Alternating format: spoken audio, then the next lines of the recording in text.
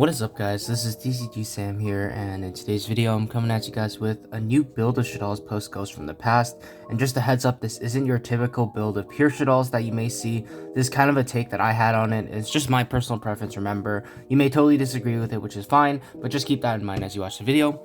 But before we begin, I just want to ask you guys to please remember, if you haven't already, be sure to leave a like, comment, subscribe, because it really helps keep me motivated to keep posting more videos like this, and it really helps the channel out. Without any further ado, let's get started. So, the reason I put Helshaddoll Hollow to the top is because this deck kind of has a focus on Helshaddoll Hollow. I'm going to put him to the side for now and just go over the rest of the Shaddoll lineup. It's pretty standard. 3 Wendy, 3 Squamata, 2 Ariel, 2 Hedgehog, 1 Beast, 1 Dragon. So I'd say it's a very, very standard Shaddoll lineup. But then the focus I wanted to bring everyone's attention to is Helshaddoll Hollow, the new card from Ghosts from the Past. So if you haven't already, you can check out my video on my thoughts on this card and Nest Shell Genius. And if I haven't already released it, I will be releasing a video on Shekinaga and Helshaddoll Grista and what I think about those. But the focus of this deck is to use Helshaddoll Hollow to the best, to its maximum capabilities. That being its flip effect. Its flip effect, like I mentioned in a video before, it's very, very good, but you need a lot of setup to get it because it needs to be face down and then it needs to be flipped up on your opponent's turn to really have that interruption value. So I kind of built this deck in a way to kind of turbo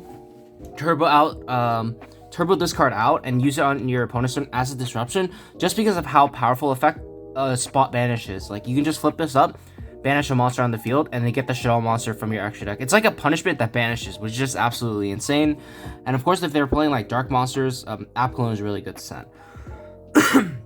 It also brings me to another point. It is a different attribute for App Clone, and it's very good for chain blocking because its second effect, when it's sent to graveyard, can be very relevant as well. And I am playing a few cards to supplement that. So keep that in mind. The focus of this deck is to turbo out Helshaddoll Hollow. That's just this specific build that I came up with. Like I said, this may not be the correct way to play Shaddolls, and you may disagree, which is totally okay. But this is just a cool idea that I thought and I wanted to share with you guys. For the monsters, triple Mathematician still, and performing Strict Clown to send off Mathematician or Shaddoll Fusion. So yeah, this is pretty standard. I do play Verde Anaconda, so the reason I play Trick Clown is to turn Mathematician into a fusion spell on its own. But Mathematician, with the other cards set up, you can just, even if you send Wendy, set Helshaddoll Hollow, if you have a way to flip it up on your opponent's turn, that can essentially be a pseudo starter as well, assuming you're able to send App Clone from your extra deck to the graveyard. So yeah, that's it for the main monsters really, and then triple Ash and triple Nibiru. I think you do need hand traps this format. Nibiru, obviously, light monster, high impact, gives you a body on board. Ash Blossom, very generic, plus it's a fire. We are playing Grista in the extra deck because of how important Helshaddoll Hollow is in this deck. So yeah, Ash Blossom's attribute works really well for that as well, if it comes up. For the spells, 3 copies of Shaddoll Fusion, 3 copies of Helshaddoll Fusion, 3 copies of Super Poly. So maxing out on fusion spells, you do really want to be able to fusion summon a lot, because you're going to need a fusion summon to construct to be able to set up the combo most of the time, or set it up more consistently, I should say, because there are multiple ways to set up the quote-unquote Helshaddoll Hollow combo that I kind of thought of. And if you guys want to see a combo tutorial or test hand video, do let me know in the comments below. Let's get this video to at least 30 likes, and I will be posting that very soon. So yeah, make sure to leave a like if you do want to see that. But yeah, that's it for the main fusion spells, and of course Foolish Burial. Like I said, Foolish Burial, you want to be setting up the Helshaddoll Hollow in this deck. That's what I built this deck to really do. It's for that reason we're also playing triple Sinister Shadow games. Now, this isn't really standard. This, it's standard in trap Shadolls, but not really in a pure build, because I think most builds would rather opt for hand traps as opposed to this. But the reason this is so good is because not only does it send a Shaddoll card from your deck to the graveyard, aka you get a trigger effects like Dragon and Ariel on your opponent's turn, or draw a card with Beast or something, but it also flips up any face-down Shaddoll monster you control, and this is one of the ways that you trigger Helshaddoll Hollow on your turn, assuming you have it set up with Wendy on your on the previous turn that you set Sinister Shadow games. So even drawing double Shadow games already sets it up, because you send Wendy on the first one, set the Hollow, and then you can send whatever you want on the second one, whatever the situation calls for, and flip with the Hollow. So this way, it just guarantees that we're able to flip Hollow on our opponent's turn and use its disruption effect to just pretty much put us so far ahead of our opponent, because not only are, like I said, are we Dogmatica punishing our opponent by banishing their monster and triggering our effects in the extra deck, but we're also sending a Shaddoll card from our deck to graveyard. And it's very important to note that it's a Shaddoll card. So in a way, if we're able, even if we're not able to send App Clone from the extra deck to graveyard, let's say our opponent has a light monster and we send Construct to the graveyard to banish it, we could actually send a copy of like Shaddoll Fusion to the graveyard, and then after Construct, Helshaddoll Hollow's flipped up, sending Construct can add back that Shaddoll Fusion. So in a way, not only do you dogmatic punishment your opponent, you also search, quote unquote, search any Shaddoll spell if you really, really wanted to, even if you don't send Applone, which is just huge, which is why I think this card is really, really important in this deck, and you definitely do want to see it. And like worst case scenario, even if you're not trying to set up like the Helshaddoll Hollow combo, it is a pseudo starter in a way, because you can just send the cards you need like Hedgehog or Squamatus to the graveyard, and you can start playing from there. So very important card. And the rest of the Shaddoll lineup, it's just rest of the trap lineup, I should say, it's just Shaddoll cards. Double Restaurant Incarnation for the same reason, kind of as Sinister Shadow Games. You do want this in the graveyard. This is how you set up the combo. If you're able to make Helshaddoll Construct turn 1, you want to be sending something like this. You can keep the Construct on board or link it off. It doesn't really matter. But either way, you send this to the graveyard and you can banish it and use it on your opponent's turn to flip with the Helshaddoll Hollow. That's another way you can use this effect. Not only that, of course, Double Restaurant Incarnation. If you're banishing it to set up the combo, then you definitely want another one in your deck to be able to loop stuff like your fusions, or even just bring back Helshaddoll Hollow.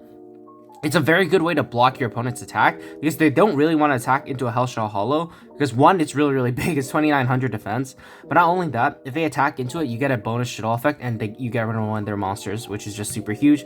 Of course, Schism, pretty standard, very, very powerful card. And the Shaddoll Core, the reason I played this, it's not really standard as well, but Helshaddoll Hollow's effect, when it's sent to the graveyard, allows you to send cards to the graveyard as if it was like a mini Chaos Ruler Synchro. So you'll be sending a lot of Shaddoll spells and traps most likely, and you can send this to add it back or whatever. And plus, it's a really good fusion outlet anyways, so it's just really, really good. And like I mentioned before, with Sinister Shadow Games, you can send this and then just add back a Shaddoll spell or trap if you really want to as well. So that's the main deck. 40 cards, should be a clean 40. I'm just saying this one more time. This is not your typical build of Shaddolls, but hopefully you guys can see like kind of what I was thinking when I was making it. For the Shaddoll fusion lineup, triple construct, double window, double applone. These are like the core Shaddolls that I think these ratios should be pretty standard, set in stone, I would say. Double applone, obviously very important because of Helshaddoll Hollow. We're gonna be sending one to the graveyard most of the time, ideally. But even if we don't, the second one is still really, really good because Helshaddoll Hollow gives us that second attribute to use for Applone, and we all know how good of a card Applone is. And then I play Shekinaga and Grista in this extra deck. One, to give us more attributes to send off of Helshaddoll Hollow, but two, because Shekinaga and Grista actually have really, really good effects. So like, if I haven't posted a video, do check it. If I have posted a video, you do check it out. It's on my channel where I discuss these two cards' uses. But in this deck specifically, we do have a lot of Earth. We have Earth monsters in Mathematician, but we also have Fire monsters in Ash Blossom and Helshaddoll Hollow, making these two actually very, very accessible. And of course, they're very, very good, very, very good utility to use in your extra deck because for the attributes, like you can send this, banish a Zoo monster or something. If you're playing against Infernoble Knights, sending this off of Helshaddoll Hollow can be really, really good as well. But no, like I mentioned before, their effects are actually really good as well. But even if we don't use them for their effects, they're good. They're good attribute utility in the extra deck because of a card like Shaddoll Schism or because of a card like Helshaddoll Hollow. That's it for the fusion monsters. For the Link monsters, one Gravity Controller, one Artemis for the Link ones. These are pretty standard. You definitely do want both of these. I would say both of these are quite mandatory. One Virtue Anaconda. This card I really like in the Shaddoll deck. And the reason is obviously because it acts as a fusion spell. Both going first or second. Going second, it can break boards by sending super polymerization. Going first, you can set up your own boards. If you just open Mathematician and a handful of Shaddolls, you're able to send Trick Clown and summon it out and then make this. And that can be really, really good. And it's a threat your opponent has to deal with, because if they don't, it can turn into a Shaddoll fusion or something on your opponent's turn, and it's just super powerful. One copy of Cross Sheep. This is obviously very good in a fusion deck. One Nightmare Phoenix. You can play whatever you want in this slot. This is like the 14th card in the extra deck. I would say it should probably be a Nightmare, so Nightmare Phoenix or Nightmare Unicorn, whichever one you prefer. In hindsight, it probably should be Nightmare Unicorn, because with Cross, it gives you that little bit of extra utility with Cross Sheep after you bring something back.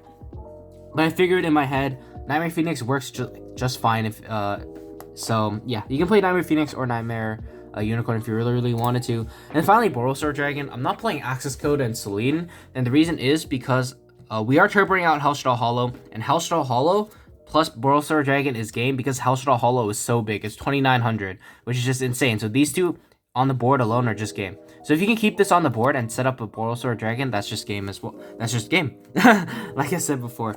But yeah, that's gonna do it for the deck profile. Let me know what you guys think in the comments below. Just keep in mind, this is just like a fun idea I thought of.